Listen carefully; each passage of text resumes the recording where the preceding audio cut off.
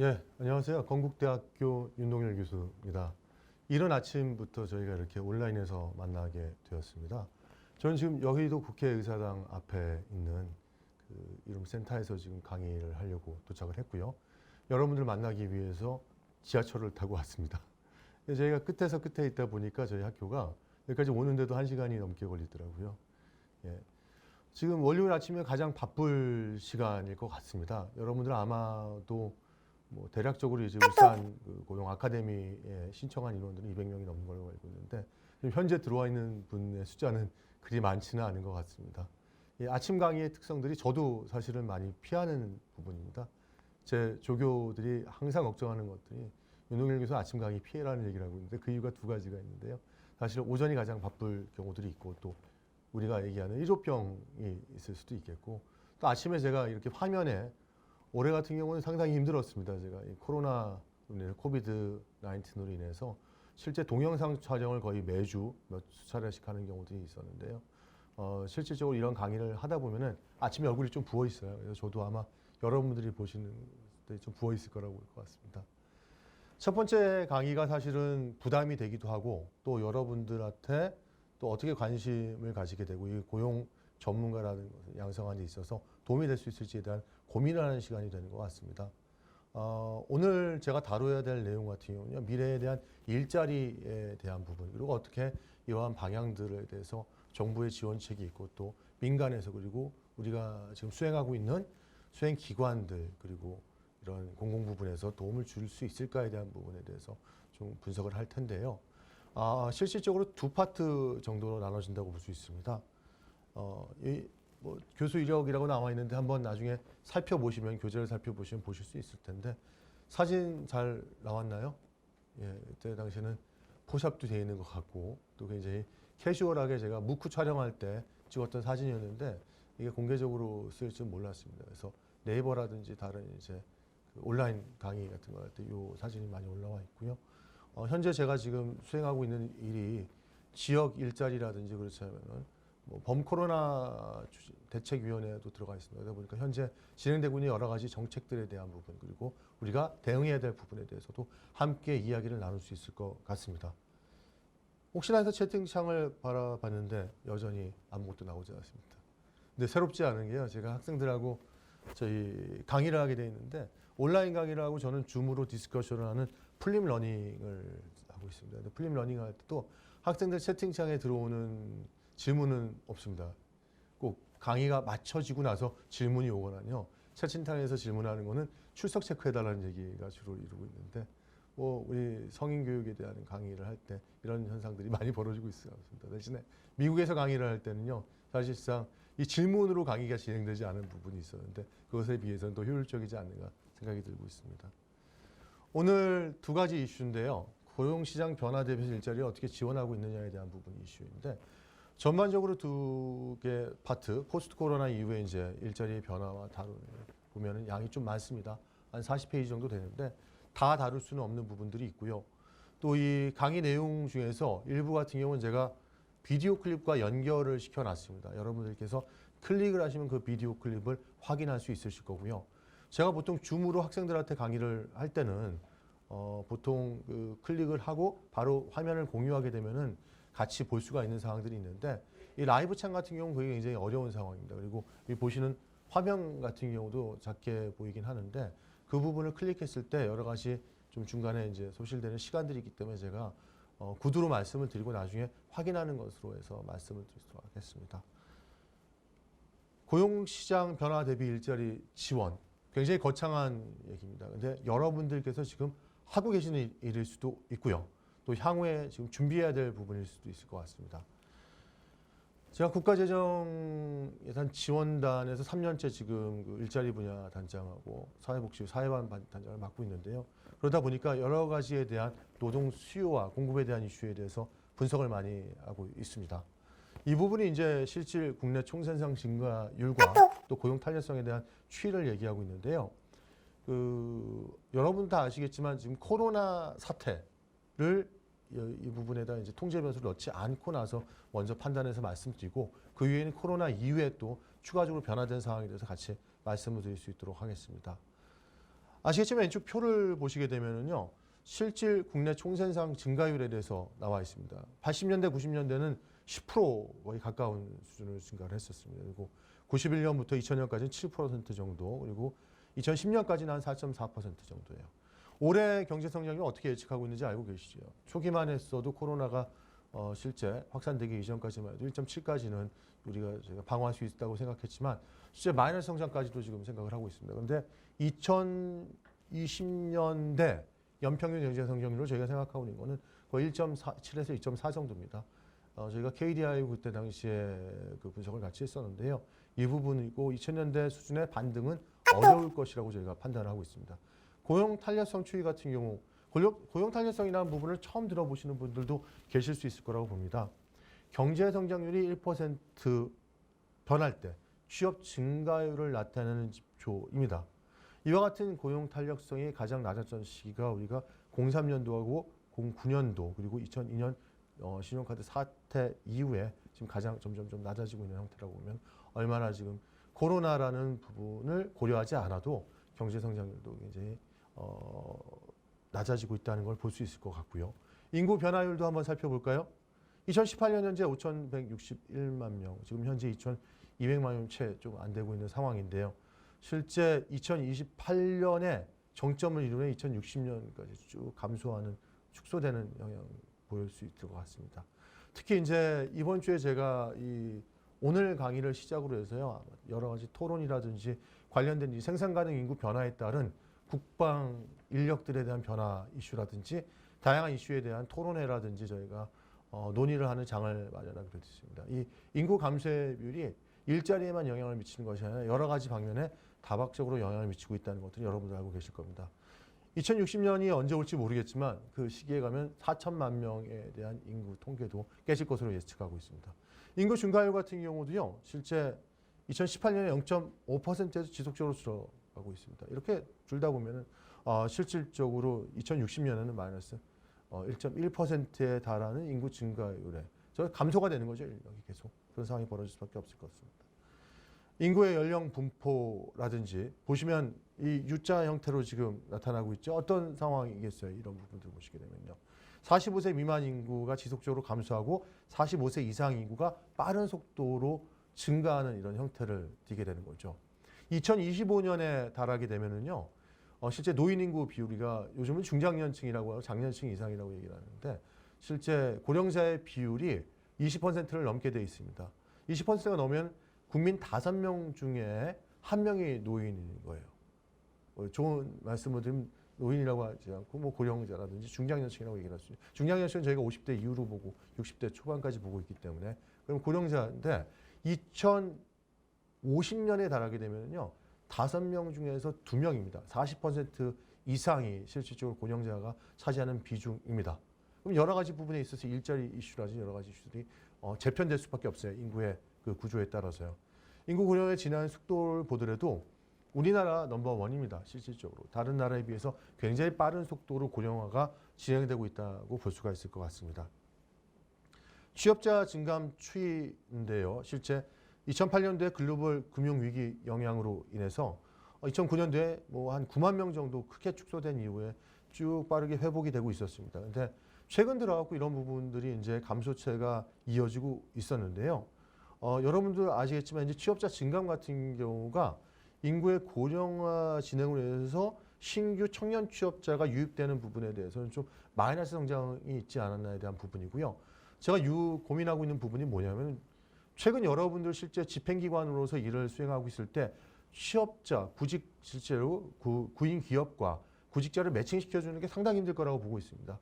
상반기에 기업에서 인력을 채용하는 비율을 상당수 이미 줄였고요. 사용할 수 없는 그런 이제 여력을 갖고 있는 중소기업들도 많이 나타나고 있다 보니까 거의 83% 정도. 지금 제가 말씀드리고 있는 수치 같은 경우는 우리나라에서도 지금 조사를 한 부분도 있고 OECD에서도 조사한 부분을 봤을 때 83.2% 정도 수준의 인력들 같은 경우를 선발하지 못했다고 얘기가 나오고 있습니다. 하반기는 나아질까요? 어떻게 생각하세요? 불행스럽게도 제가 지금 4차 산업혁명위원회나 일자리 부분에서 공공일자리 서비스 전문위원회에 들어가 있습니다. 근데 여러 가지 일자리 정책에 대한 부분들을 공공 부분에서 지금 많이 내세우고 있는 이유를 아시겠죠? 실제로 이 민간 부분에서의 하반기에 이와 같은 채용 여력은 더 힘들어질 수도 있다는 것입니다. 여러분들은 왜 이런 일이 벌어지고 있는지는 알고 계실 겁니다. 코로나가 가장 큰 타격을 주고 있을 것이고요. 두 번째는 미중 무역 분쟁에 대한 이슈들도 굉장히 큰 파급력을 일으키고 있다고 볼 수 있을 것 같습니다. 실질적으로 이제 이와 같은 인구 증가세는 감소가 지속적으로 될 것으로 보이고 있고요. 고용률과 인구 구조에 대한 변화를 좀 살펴보고 싶습니다. 여러분들하고. 서비스하고 제조업에서 45세, 49세 취업자가 실제 다수입니다. 근데 최근 경기가 굉장히 안 좋아졌잖아요.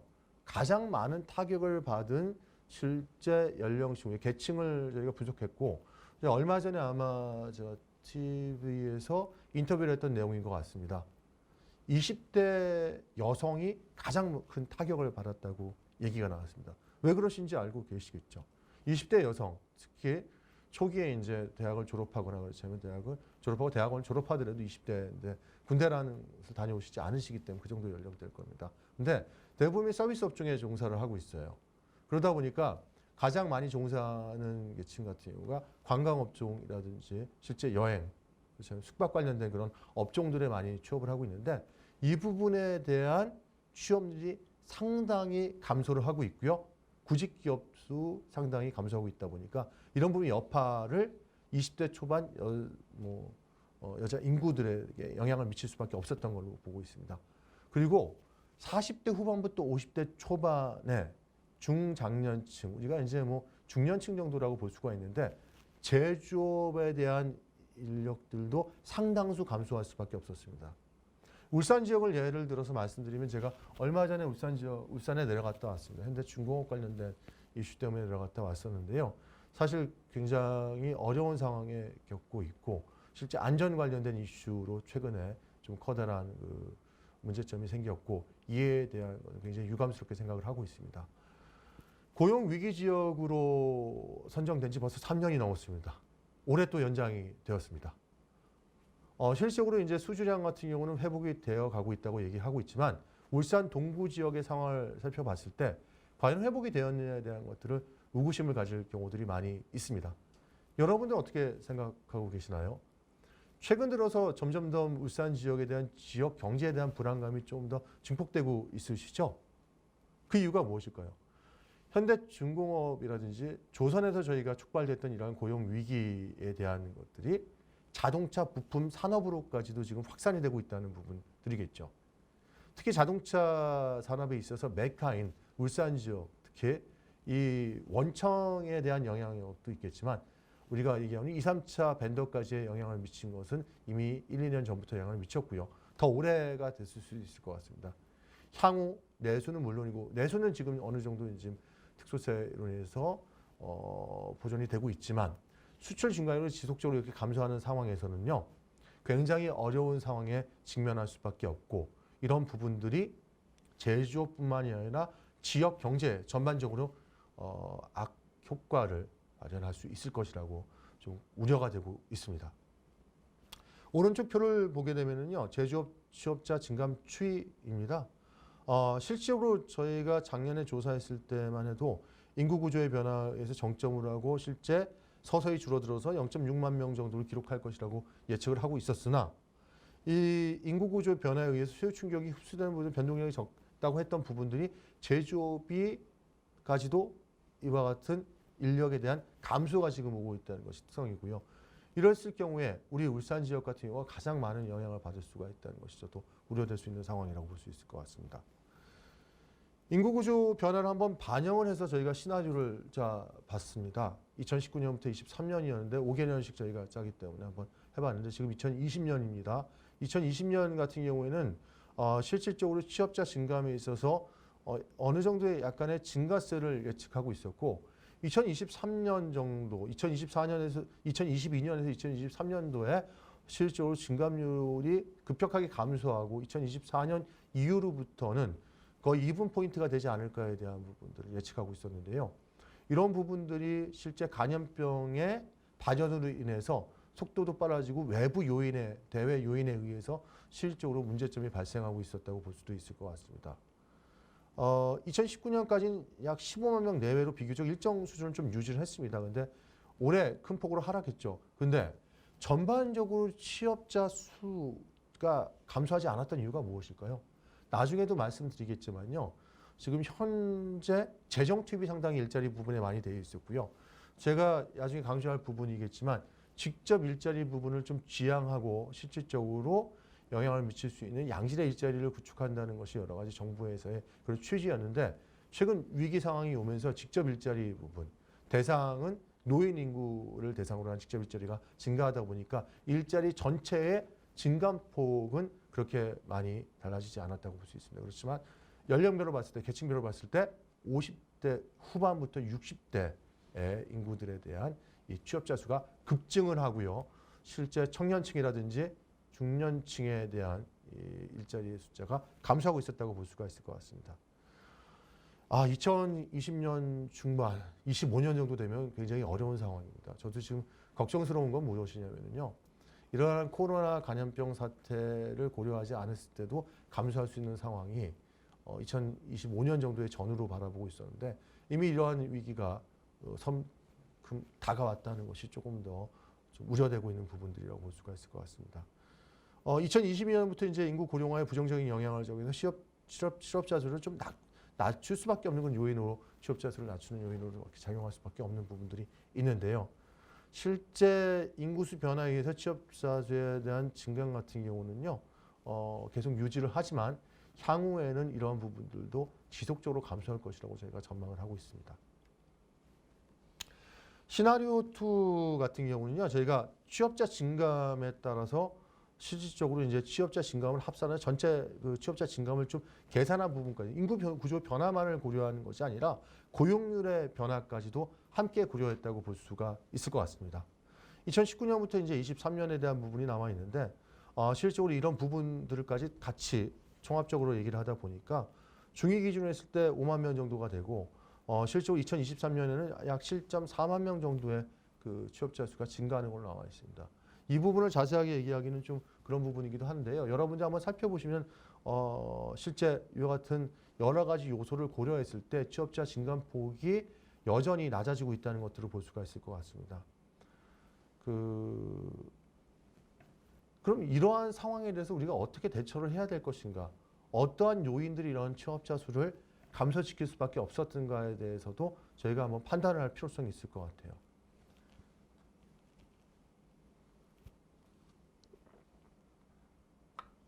그 4차 산업혁명에 대한 얘기가 화두였습니다. 작년 말, 올해 초까지. 근데 갑자기 포스트 코로나가 요즘 화두가 됐죠. 예. 근데 4차 산업혁명과 포스트 코로나를 비교했을 때 여러분 어떻게 생각하세요? 이게 다른 용어지만 실질적으로 우리 사회를 변화시키는 방향에 대해서는 굉장히 비슷한 유형으로 가고 있다는 것이죠. 제가 지금 여기 온라인 강의를 하고 있지만요. 굉장히 낯설지 않습니다. 지금 학생들을 대상으로 해서 매주 온라인 강의를 하고 있지만 실질적으로 저희 대학의 교수들이 대부분이 다 온라인 강의를 하고 있고요. 처음에는 사실 이 온라인 강의가 굉장히 생소했었고 우리가 어떻게 파일을 업로드하는지도 잘 모르는 부분들이 있었어요. 저 같은 경우는 지금 제가 편집도 하고요. 또 경우에 따라서는 이와 같은 플립칠판을 사용해서 직접 강의를 녹화해서 업로드를 시키기도 합니다. 대학 사회가 정말 변하지 않고 있었습니다. 이렇게 변하지 않은 대학 사회 같은 경우가 이 포스트 코로나로 인해서 4차 산업혁명에서 계속 강조했던 그런 부분들이 급격하게 변화를 촉진시키는 역할을 했다고 볼 수 있을 것 같습니다. 특히 4차 산업혁명이 미래의 일자리를 변화시킨다는 부분 여러분들도 많이 듣고 있었을 텐데요. 이 디지털 플랫폼에 대한 얘기들을 많이 들으셨을 겁니다. 전통적인 기업 같은 경우는 어때요? 생산, 재무라든지 마케팅이라든지 인사, 경영정보, 다양한 이런 펑션이 있습니다. 이런 펑션에 대한 것들 활동을 연결시킨 거나 그렇게 협업을 통해서 좀 원가를 절감함으로 인해서 성과를 달성했을 것입니다. 이 강의를 듣고 있는 분 중에서 재결치를 아시는 분들도 계시지만 재결치의 그런 이런 사고들이 1980년대 초반부터 시작해서 2000년대 초반까지 거의 주류를 이루었던 것 같습니다. 그러나 플랫폼 시대에 들어서면서 이런 부분들은 업종의 범위를 뛰어넘을 수밖에 없겠죠. 예. 최근 들어서 이제 오늘도 뭐 주식 시장이 그렇게 좋지는 않은 것 같은데요, 사실상요. 그래도 여전히 주가가 오르고 있는 것. 뭐 해외를 들어서 제가 예를 들면 아마존 주가 보셨어요? 지금은 얼마 정도 하고 있는지 모르겠지만 거의 주당 2,500달러에서 3,000달러에까지 이르고 있습니다. 생각을 하지 못했어요. 저 같은 경우도 미국에 갔을 때가 2007년도 정도였는데요. 실제 그때 아마존 주가는 바닥이었습니다. 이 기업이 무엇을 할 수 있을까에 대한 책을 배송하는 기업일 거라고 생각을 했습니다. 유사한 예로 저희 네이버 같은 경우가 지금 굉장히 배송에 의해서 여러 가지 매출이 늘어나고 있는 것들 알고 계시겠죠. 그래서 굉장히 다른 부분으로 인해서 하드웨어적인 부분과 그리고 서비스에 대한 부분에 대한 차별화가 생기고 있다는 것이죠. 왼쪽 표를 보게 되면요. 좌측에 우리가 호리젠털 라인을 봐요. 수평적 라인을 보게 되면 왼쪽에 그 하드웨어 부분이 있고 오른쪽에 서비스 부분이 나타나 있고 또 저희가 보면은 이제 버티컬 라인을 한번 보세요. 그럼 수직적 라인을 보게 되면은 아랫부분이 B2B입니다. 기업 대 기업 간의 저희가 거래를 뜻하는 것이고 B2C 같은 경우는 비즈니스 커스터머죠. 그래서 실제 소비자들과 접촉하는 그런 부분에 대한 산업들을 얘기하고 있습니다. 제가 보시게 되면은 하드웨어적이고 B2B 같은 기업들 같은 경우 보시면은 서로 다른 업종들이 플랫폼입니다. 근데 스마트 팩토리에 대한 이슈죠. 독일, 미국, 중국이 남아 있는데 실제 스마트 팩토리의 기술력이 가장 강한 국가는 어딜까요? 여러분. 그렇죠. 독일이죠. 예. 사실 독일 같은 경우 기술력에 있어서는 세계 최고를 자랑하고 있습니다. 일본 같은 경우도 이 업종, 스마트 팩토리에 대한 부분이 들어갈 수 있고요. 우리나라도 이 스마트 팩토리에 대한 부분은 실제 강자라고 볼 수가 있죠. 근데 오른쪽으로 한번 보실까요? 실질적으로 서비스 파트하고 B2C 파트를 보게 되면 온라인 시장이에요. 구글, 애플, 마이크로소프트, 아마존, 유튜브, 페이스북 다 어느 나라입니다.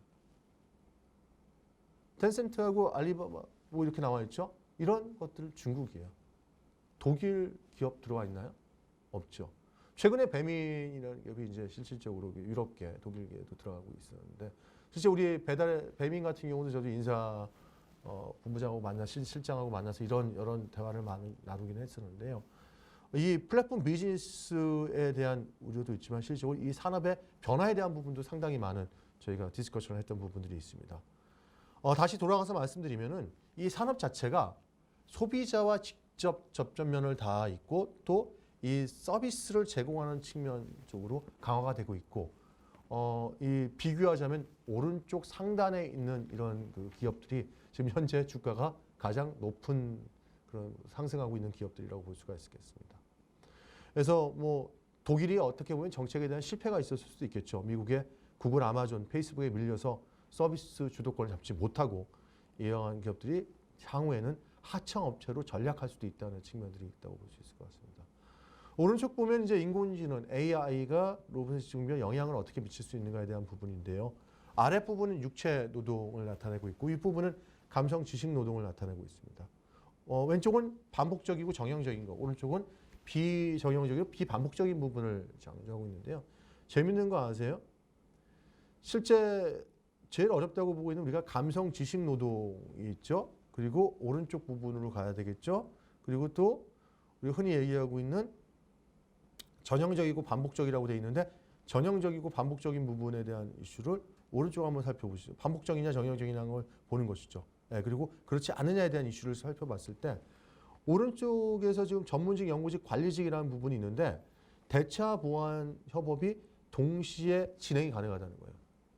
혹시 여러분들 그거 아세요? 구글을 보게 되면은요, 여러분들이 뭐 시를 한번 써보신 적이 있으신가요?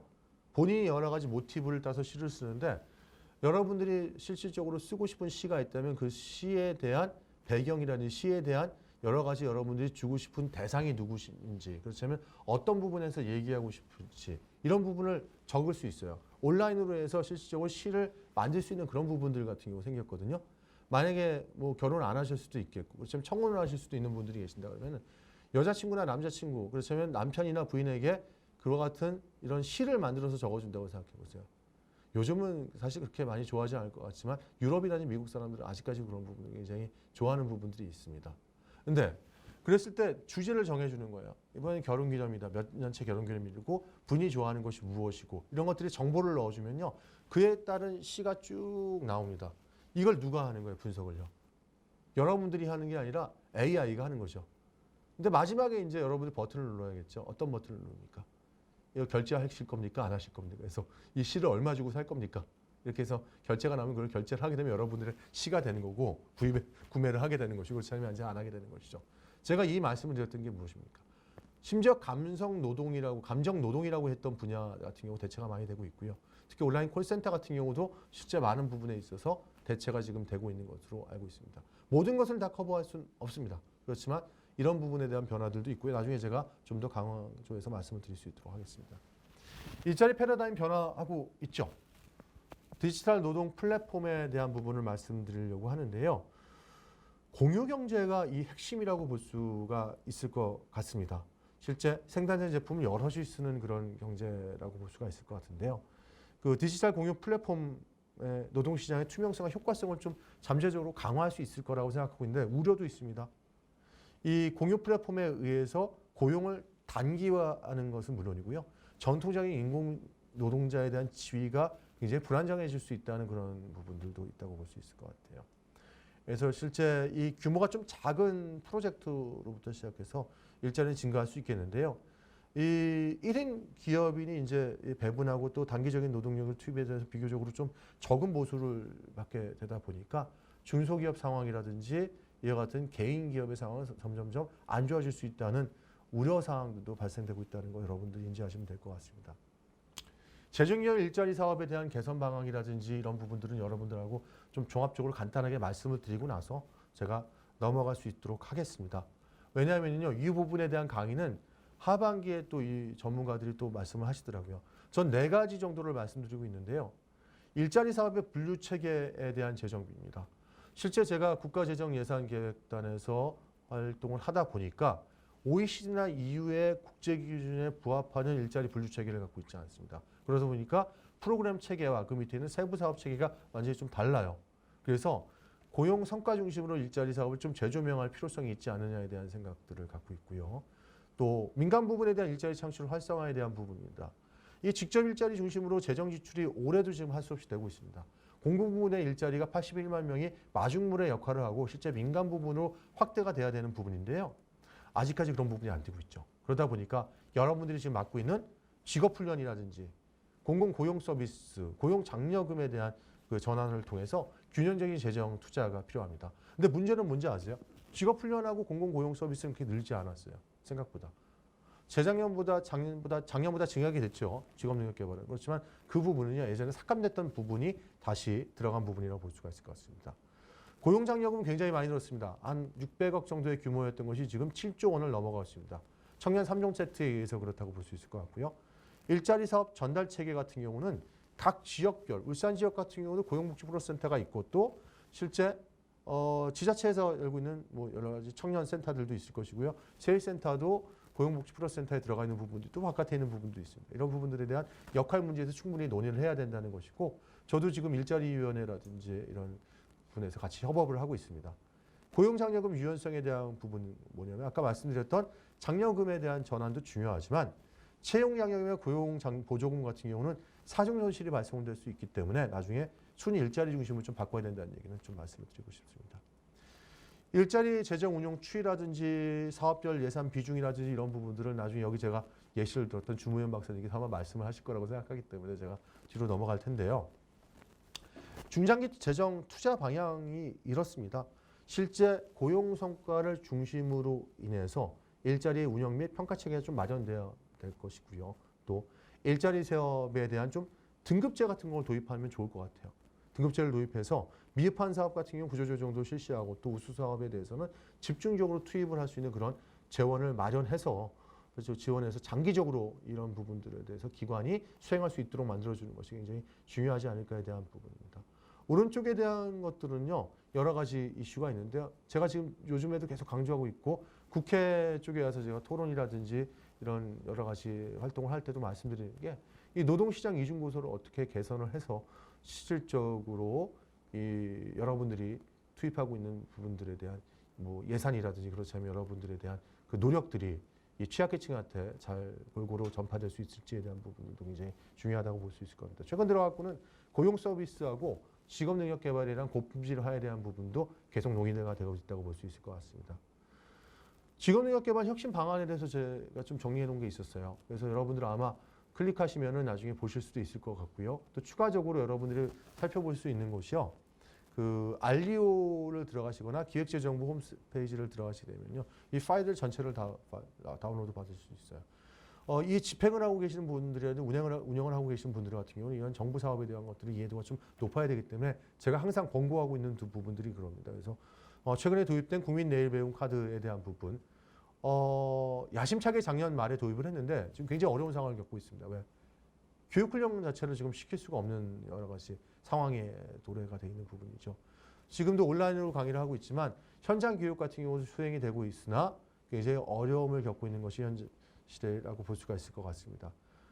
신기술에 대한 훈련 확대에 대한 부분들은 정부에서도 지속적으로 강조를 하고 있고요. 여러분들이 얘기하다시피 이런 부분들에 대한 것들에 대한 예산 투자는 기재부는 물론인 고용노동부에서 확대를 하고 있습니다. 그래서 근데 좀 우려에 대한 이슈는 있어요. 울산 지역 같은 경우는 실제 이 신기술 훈련이 적합한 지역일 수도 있을까요? 급격하게 전환될 수 있지 못한 부분들도 있어요. 그러다 보니까 문제가 되고 있는 것이죠. 계속 강조하는 부분이 있습니다. 스마트카에 대한 부분, 그렇죠? 우리가 얘기하는 미래 도시를 건설하는 부분 여러 가지 이슈, 해상 풍력에 대한 이슈, 다양한 이슈들이 지금 점하고 있는데 문제는 뭐냐? 단기적인 부분에 있어서 일자리가 전환될 수가 없다는 것이죠. 이 투자 효과를 단기적으로 볼 수가 없는 부분들이 있는데 일자리 취업자 수와 매칭을 시키다 보면은요. 제가 예전에 울산에 있을 때 겪었던 드론 관련돼 갖고 실제 교육을 시켰는데 취업은 거의 하지 못했습니다. 일부 취업한 인력들 같은 경우도 서울 지역으로 취업하게 된 것이죠. 이런 부분들도 충분히 고려를 해야 된다는 부분들이 여러분들하고 말씀을 나누고 싶었습니다. 뭐 미래 일자리를 위해서 직업훈련 개선 방향에 대한 것들 얘기 드렸고 민간 직업훈련에 대한 품질 강화에 대한 부분인데 제가 이 강의 들어오신 분이 지금 현재 좀 어느 정도 되는지 모르겠는데 말씀을 드리자면요. 파트너 기관이라든지 울산에 있는 이와 같이 교육훈련 기관에 대한 부분에 대한 그 실제 지원이 강화가 되고 양질의 그런 이제 일자리를 마련하기 위해서는 이분들에 대한 지원들을 통해서 실제 탄탄한 그런 구조를 갖출 수 있어야 될 것 같습니다. 보니까 28명 정도 지금 들어오셨다고 생각하고 있습니다. 실제로 오프라인 강의할 때 온 정도의 인원이라고 봅니다. 저희가 온라인 설베이를 할 때도요. 온라인 설베이의 그 응답률을 7.7% 정도 넘으면 굉장히 많이 들어왔다고 생각하고 있거든요. 제 생각에는 우리는 그걸 더 초과 달성했기 때문에 많은 인원이 들어왔다고 볼 수 있지 않을까요? 항상 제가 이런 식으로 얘기를 합니다. 청년층 노동시장에 대한 전망 계속 안 좋습니다. 해결될 수 있을 줄 알았고요. 사중손실을 줄이기 위해서 고용장려금을 더 이상 투입하지 않으려고 했었으나 지금 상황에서는 저희가 할 수 없이 지속적으로 투입할 수밖에 없는 상황이 될 것 같습니다. 정부에서도 굉장히 우려를 하고 있는 상황이지만 국가적으로 굉장히 저희가 비상사태라고 볼 수가 있겠고요. IMF 이후 가장 낮은 청년들에 대한 일자리에 대한 문제가 발생할 것입니다. 최근 청년 지원 3종 세트에 의해서 이 일자리에 대한 감소폭이 조금 줄어들고 있고 또 공무원 인력들이라든지 이런 부분들을 많이 채용했기 때문에 이 부분이 여파가 크게 드러나고 있지는 않지만 실제 하반기에 들어오면 이 부분들에 대한 것들은 우려가 더 강화되지 않을까에 대한 부분도 생각이 들고 있습니다. 고용장려금에 대한 부분이고요. 전반적으로 누적된 자산 불평등에 대한 개선 노력이 필요할 것입니다. 저는 지금 부동산 정책에 대해서도 사실상 여러 부분에 있어서 동의하는 부분도 있지만 최근에 들어서는 좀 너무 이런 정책으로 인해서 청년들이 아예 집을 살 수 없는 그런 상황들까지 벌어지지 않을까에 대한 우려는 지금 갖고 있습니다. 여러분의 생각은 어떨지에 대한 것들도 한번 듣고 싶긴 하지만 온라인 강의이기 때문에 그런 부분을 말씀드리기는 좀 어려울 것 같습니다. 창업에 대한 지원 개선 방향도 있고요. 미래 일자리에 대한 변화 고용 서비스 개편에 의해서 국민취업 지원 제도를 도입하게 되어 있습니다. 이 국민취업 지원 제도를 도입을 하는데요. 문제는 뭐냐면요. 2020년 하반기부터 도입했던 부분들이 국회에서 계류되고 통과되지 못하면서 내년 상반기부터 도입이 된다는 부분입니다. 이 부분은 취약계층에 대한 일자리를 보존하고 실제 사각지대를 해소한다는 측면들이 있는데 여러분들이 지원해야 될 대상들이 폭이 더 넓어지고 실질적으로 이런 논의를 토대로 해서 우리가 원래 했던 취업 성공 패키지에 대한 유형 같은 경우도 그 국민취업지원제도 2 유형으로 함께 들어간다고 볼 수가 있을 것입니다. 종합적인 이런 대책을 토대로 해서 실제 국민들에 대한 이런 고용 서비스나 복지 서비스에 대한 사각지대를 해소할 수 있는 종합적인 방안이 마련됐으면 하는 것이 바람인데 실질적으로 이제 이 범위라든지 여러 가지 이슈들 같은 경우가 좀 지금 최근에 들어서 좀 많이 논의가 되고 있는 것으로 보고 있습니다. 포스트 코로나 이후의 일자리 변화인데요. 어떨까요? 답답하지 않으세요? 저도 오늘 지하철을 타고 왔는데요.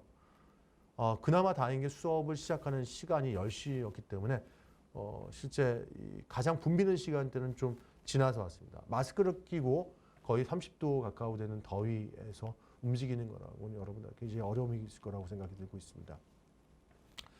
코로나19의 확산, 실제 각 정부가 컨티전시 플랜을 내놓고 있고 국가에서 재정 투입을 굉장히 많이 하고 있습니다.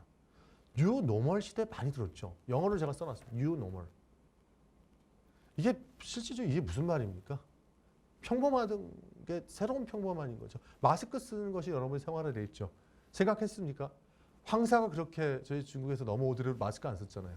근데 지금 어떤가요? 감염병으로 해서 모든 이런 부분이 바뀌었죠. 온라인, 비대면, 그리고 비접촉 문화가 확산이 되고 있는데 여기에 핵심은요. 디지털 트랜스포메이션이라고 볼 수가 있을 것 같습니다. 이 디지털 트랜스포메이션 같은 경우는 4차 산업혁명과도 굉장히 많은 유사한 점을 가질 수 있다는 것이죠. 재택근무 옛날에 안 했죠. 집에서 근무하면 네가 무슨 근무를 해? 하는 상사의 얘기들도 있었습니다. 최근 재택근무를 굉장히 선호하고 있고요. 그때 실질적으로 여러 가지 이제 확산됐을 때 재택근무를 하라고 도리어 회사에서 등을 떠밀었던 경우들도 있습니다. 생산 개발 관련된 것도 스마트 팩토리라든지 뭐 RPA 등도 굉장히 확산이 되고 있고 서비스 측면에서도 온라인 교육의 시장이 굉장히 활성화되고 있습니다. 근데 온라인 교육이 확산되면서 또 어떤 부분이 생겼어요? 실제 지금 오프라인 교육의 효과성에 대한 이슈도 굉장히 생기고 있죠. 그리고 온라인 교육을 계속 받다 보니까 오프라인 교육이 또 그리워지는 경우들도 많이 있어요. 지금도 저희가 커뮤니케이션 하고 있다고 하지만 어떤 부분입니까? 굉장히 제한되고 있죠. 저는 사실 이 실시간 커뮤니케이션에서 채팅방이 아니라 저 줌 같은 경우로 보기 때문에 저는 얼굴을 보거든요. 학생들하고는요. 학생들의 얼굴도 보고 실적으로 마주치면서 저 같은 경우 200명까지 들어올 수 있도록 400명까지 들어올 수 있도록 되어 있습니다. 제 채팅방에. 그래서 제 강의들 같은 경우 그런 정도 인원들이 들어와서 두고 받고 있는데요. 이 부분들이 예전에 생각하지도 못했던 부분들이었죠. 유통에 있어도 온라인, 뭐 모바일, 뭐 비접촉, 근거리 배송들도 굉장히 강화되고 있는 것이죠. 뭐 분야별 대응 방향으로 돼 있는데 개인이나 기업, 행정, 인프라인데 이번에 교육 부분에서 어떤 부분이 나왔었어요? 실제. 디지털 리터러시라는 말씀 들으셨죠? 여러분들이 어떠한 이런 그 실제 와이어리스 망을 갖고 있느냐? 그렇다면 어떤 컴퓨터를 갖고 있느냐? 어떤 셀폰을 갖고 있느냐?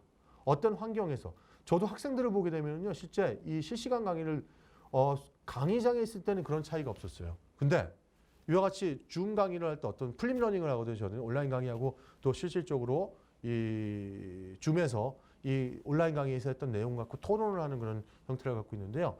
토론하는 장소가 이제 나타나죠. 최근 같은 경우는 제가 친구들한테 그 화면 안 보여도 된다고 얘기를 했습니다.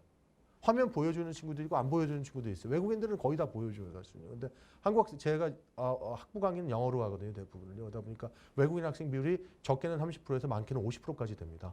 근데 문제는 뭐냐면요. 지금 실질적으로 제 강의를 한국에서 듣고 있지 않고 중국에서 듣고 있는 친구들도 있어요. 에피소드 중에 하나가 제가 경영대학원 강의라는 토요일인데 어느 날 그 강의를 하고 있는데 한 분이 아무리 봐도 좀 이 화면이 좀 이상해요. 그랬더니 운전을 하면서 강의를 듣고 있는 거예요, 제 강의를. 제가 당장 끄시라고 했어요. 그랬더니 아유 그래도 듣겠습니다. 그러면서 그 동영상으로는 듣지 않고 거의 귀로라도 듣겠습니다. 이렇게 얘기하고 있는데 뭐냐면 앞에다 그 핸드폰을 놓고 그 놓은 상태에서 강의를 듣고 있는 거예요. 그랬더니 그날 그 아버님 기일이셨다 그러더라고요. 그러다 보니까 내려가면서 강의는 듣고 있고 강의 안 들으셨으니까 안전운전 하십시오. 이렇게 말씀드렸던 부분들이 있는데요. 장소라든지 이런 부분. 본인의 집이 있고 충분히 수업을 들을 수 있는 장소가 있다면 문제가 없어요. 그렇지만 그렇지 못한 경우에 카페 가서 듣고 있고 그렇다면 도서관 가서 소리를 낼 수도 없습니다. 다 음소거 상태예요. 그럴 경우 이런 리터러시가 발생할 수 있죠. 초등학교나 중고등학교 더 그렇겠죠. 취약계층에 대한 자녀들 같은 경우는요. 그런 부분들이 있고 비대면 사업 굉장히 제가 얘기할게요. 언택 콩그리시입니다. 언택 시면은요. 한국말만 나옵니다. 여러분 한번 보시면 알 것 같아요. 컨택레스라고 쓰거든요. 컨택리스라고 쓰거든요. 원래 김난도 교수가 책에다가 언택이라고 써서 지금 언택 경제라고 얘기하고 언택 수업이라고 얘기하고 있는데 언택 외국에서 얘기하면 못 알아듣습니다. 한국에서 만든 겁니다. 그래서 여러분들 컨택레스라고 얘기하는데 이걸 클릭하게 되면 이 버튼을 클릭하시게 되면 여러분들이 실제 노키아에서 이루어지고 있는 이 강의가 보입니다.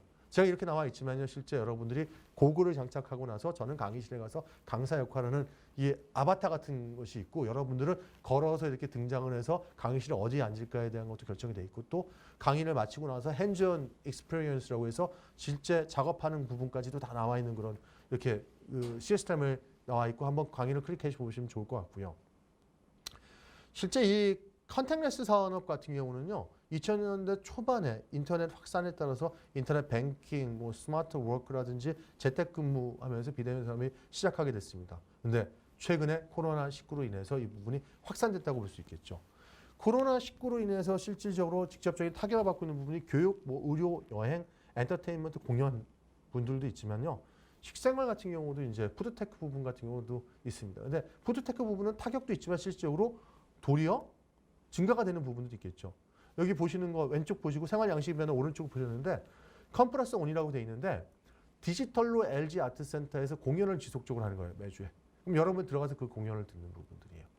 얼마 전에 BTS가 온라인으로 실제 관련된 라이브 중계를 했는데 75만 명이 모였죠. 굉장히 큰 수익을 올렸습니다. SM 같은 경우 홀로그램으로 실제로 이러한 부분들을 만들어서 이 엔터테인먼트에 대한 매출을 강화시키려고 노력하고 있고요. 실제 여러 가지 산업에 대한 부분들의 일부 산업에 대해서 제가 영향을 한번 드릴 수 있을 것 같아요. 에듀테크 산업, 선생님은 앞에 계신데 학생들은 없죠. 다 어디 있습니까? 컴퓨터를 통해서 앞에서 보여주고 있겠죠. 실제 어떻게 온라인 교육이 도입됐을 때 교육 효과를 실제 증대하기 위해서 가상현실이라든지 증강현실이라든지 이런 부분을 복합적으로 활용할 수 있을 것인가에 대한 이슈도 굉장히 큰 부분들이고요. 그리고 초중고 공교육뿐만이 아니라 대학 교육이라든지 직업 교육에서도 이 부분을 어떻게 같이 활성화시킬 수 있을 것인가. 뭐 디지털 교과서, 로봇 선생님 이렇게 돼 있는데 이런 부분은요. 현장에서 인플라가 충분히 깔렸을 때 가능하다고 볼 수 있을 것 같고요. 스마트 관광 오른쪽 한번 보세요. 실제 관광이라는 것을 직접 가서 느껴야 되는데요. 가지 못하는 사람으로 인해서 이런 부분을 해소해주기 위해 스마트 관광이나 옆에 있는 클릭을 하시면은요. 지금 나와 있는 베네치아에 대한 부분을 관광 쭉 이렇게 해서 문화를 보여주고 있는데 여러분들이 오른쪽 이렇게 마우스를 오른쪽으로 클릭하면 오른쪽을 보게 되고 왼쪽으로 클릭하면 왼쪽을 보게 돼요. 아래를 보면 아래를 보게 되고 실적으로. 그래서 이런 부분들이 이미 유튜브라든지 여러 가지 사이트를 통해서 딜리버리가 되고 있다는 것이죠.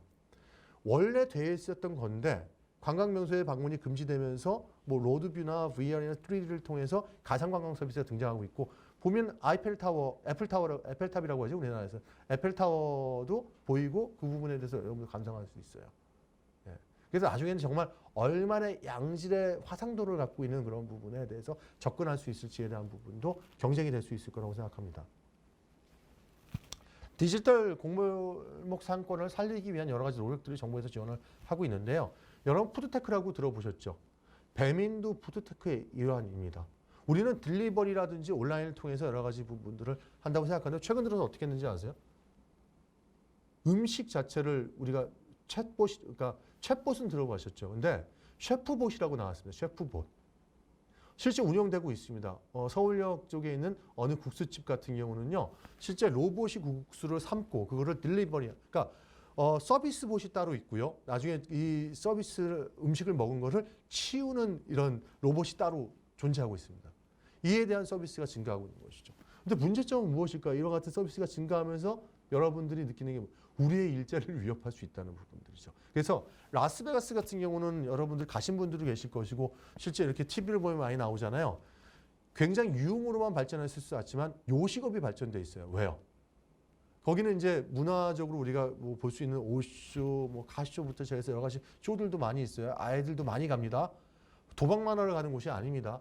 도박하고 뭐 이렇게 문화를 즐기다 보면 음식을 많이 먹잖아요. 즐겨 먹잖아요. 그래서 음식에 대한 셰프들도 많이 있고 굉장히 유명한 음식점이 많이 있습니다. 그럼에도 불구하고 거기서 어떻게 됐는지 아세요? 로봇을 대체하지 말라는 그런 부분에 의해서 항의하는 그런 시위가 이루어지기도 했습니다, 여러분들. 근데 뭐 제가 IoT에 대한 발전과 함께 푸드테크 사업이 각광을 받고 있는다고 얘기를 했는데 이 부분이 이외에도 굉장히 많아요. 농업에 의한 부분들이 테크놀로지와 결합되는 부분의 이슈. 호주라든지 뭐 유럽 국가들에 대한 굉장히 스마트 헬스케어 부분인데요. 오른쪽은 세스 2020에 대한 내용입니다. 건강에 대한 관심도 굉장히 증가되고 있고 실제 최근에 헬스케어 센터 방문 금지됐습니다. 제가 올해 1년짜리 등록했거든요. 3일 갔습니다. 근데 반환도 안 돼요, 이게. 굉장히 여러 가지 이슈가 있다 보니까. 코로나가 굉장히 확산되고 있던 시기에 한 2주 정도는 못 가게 해서 그때 당시는 이전이 되는데 지금 그렇지 못한 거죠. 근데 여러분들도 굉장히 답답한 마음이 많을 겁니다. 이 오른쪽 걸 클릭하게 되면 어떤 게 나오냐면 여러분들이요. 실제 다리에 걷는데 굉장히 불편함을 느끼셨던 분이 삼성에서 개발한 그 장착하는 이런 로봇캅처럼 그렇게 흉하진 않아요. 근데 이렇게 장착하게 돼 있어서 실제 굉장히 편하게 걸어 다닐 수 있도록 하는 거예요. BMW 자동차 생산 공장 하면 여성의 비율이 30% 이상을 넘고 있습니다. 그게 뭔지 아세요? 남성들만 할 수 있었던 부분들을 이러한 로봇 같은 것이 투입되면서 안전자세 같은 경우는 고정이 될 수 있고요. 실질적으로 힘든 작업 같은 경우도 여러 가지 도구의 도움을 받을 수 있다는 것이죠. 이게 이제 기계와 실제 사람 간의 공존이라고 볼 수 있을 것 같습니다. 그래서 각종 법적 규제가 해소가 큰 부분의 이슈였던 의료 부분에 같은 것도 확대될 수 있다는 부분들이고 이 아까 말씀드렸던 부분이에요. 전염병을 국면에서 비대면 의료 서비스 제공의 필요성이 증가하고 있는데 아직까지는 법적으로 허용하지 않겠다고 했습니다. 그런데 중장기적으로 봤을 때는 이런 부분도 실제 활발하게 이루어지지 않을까. R&D에는 투자도 우려하지 않을까. 오른쪽 그림 디지털 엔터테인먼트 한번 보세요. 이게 무슨 그림 같아요? 자세하게 확대해서 보시면은요. 이 그림이요. 각각의 악기를 연주하고 있습니다. 너무 악기를 연주하고 싶은데 모이질 못한 거예요. 그래서 지휘자가 생각한 게 뭐냐면 본인이 지휘를 하고 악기 연주. 오른쪽에 클릭을 하면 그게 나와요. 여러분들. 네, 나중에.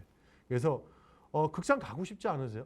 집에서 보는 영화와 실제 극장에서 보는 영화 어떻습니까? 아직 다르죠. 그리고 단순 영상 스트리밍을 넘어갔고 실제 증강현실의 쌍방향의 소통을 강화하고 있는데 최근에 이런 대안으로 인해서 게임 산업이 지속적으로 확대되고 있다는 것을 알고 계시면 될 것 같습니다. 고용 변화, 동향 변화 최근에 발표된 내용입니다. 실제 고용률에 대한 부분 보시게 되면 크게 감소하지 않았네 이렇게 볼 수 있는데 산업별 증가율을 보면 달라요. 서비스 업종은 실제 어마어마하게 그렇죠. 특히 이제 숙박 같은 경우는 44.4%가 감소했습니다.